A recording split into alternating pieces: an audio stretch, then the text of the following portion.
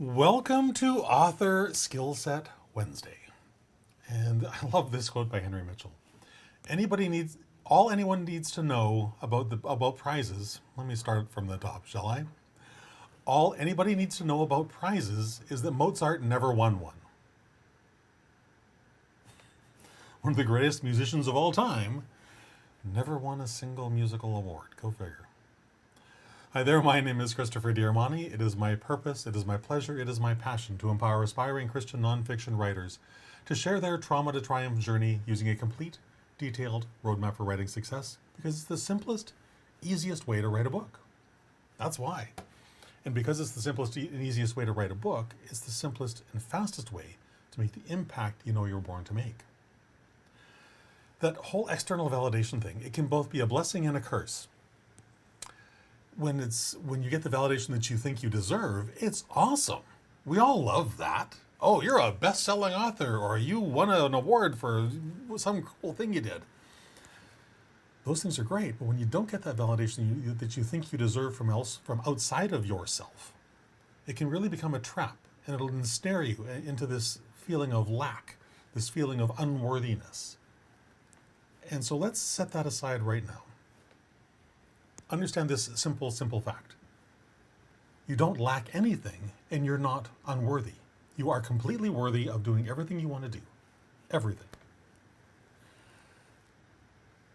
And that fact does not depend on someone else liking your book, or liking anything you write, or anything that you do. When you align your writing with God's purpose for you and for your life, you're going to make the impact that you know you were born to make because you have to. Right? There is no alternative. When you're writing in alignment with God, you're writing in alignment with the values that He gave you, you will write the book that's going to resonate on that one person's heart that you're writing it for. And they will pick up that book, and they will know that it's for them. And they will use that book to transform their lives out of whatever the pain and suffering they're in today into that place that you're at today, because now you can actually look back and write about this. A place that they want to get to, where they're on the other side of this. They can look back on it just like you're doing today, and in writing this book in service of all of that. The Bible repeatedly warns us about this seeking external validation, and Galatians 1:10 says this about that. For do I now persuade men or God? Or do I seek to please men? For if I still pleased men, I would not be a bondservant of Christ. We don't work for man. We work for the God who created us. That's who we write the book for, and we write the book in service of that. Really cool things go on. Your ultimate validation. This is the thing that I want you to understand. Your ultimate validation comes not from getting accolades from, your fellow writers or from someone else saying, "Oh, what a great thing you did." It comes from knowing that you've done the thing that God put on your heart, that you fulfilled the destiny He put you here for. That's where fulfillment comes from. That ultimate validation comes from aligning your work with God's purpose and not that fleeting accolade of mere humans. We're fallible creatures, and you don't want to rely on that. We compete against ourselves, not against another author. So when you're writing your book, I don't care if there are 17,000 other writers who have written on this subject. None of them can write the book that only you can write. Because only you can say the things that there's this certain subset of people out there that God has set aside for you and your book. And those 17,000 other writers who wrote all those other books, the people God has set aside for your book can't hear what they're saying. They can only hear those pearls of wisdom the way you say it. It's just the way it works. It's the way God designed it to work. And with that in mind, I would encourage you to stop focusing on this external validation thing.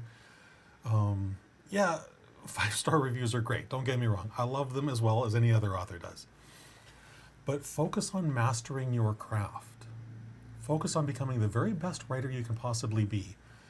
And use those tools to communicate your God-given talent and your God-given wisdom.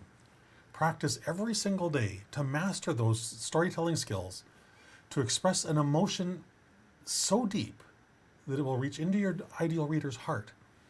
They'll be drawn into the waters with you, and they will feel every nuance of everything that you ever experienced. And they will say, wow, this author knows exactly how I feel. That's the thing you're going for. And when you write in service to others, not yourself and not your own vanity, this is, again, where I say that the sense of fulfillment truly comes from. Immerse yourself in honing your skills. Head down, do the work, just get it done. Become the very best writer you can become so that you can inspire, motivate, and encourage your reader to make the changes in their life that you both know they need to make if they want to get to the other side of whatever this problem is that you're writing to help them solve. That's where fulfillment lies.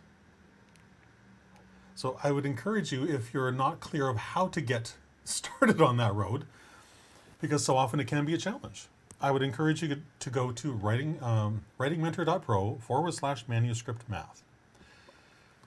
And what you'll find there is my manuscript math calculator. You'll find some video training to go along with it, and then a couple of tools that will help you design your personal writing schedule. So it doesn't matter how busy you are. It doesn't matter how many demands you have on your time. This process will help you figure out, when can I write every single day? Even if it's only for 15 minutes. That's the key to success. But whether that's right for you or not, and if it is, great, go check it out. And if it's not, I'd love to see you back here again tomorrow at 3 o'clock Pacific. Until then, have a fantastic rest of your day. Bye for now.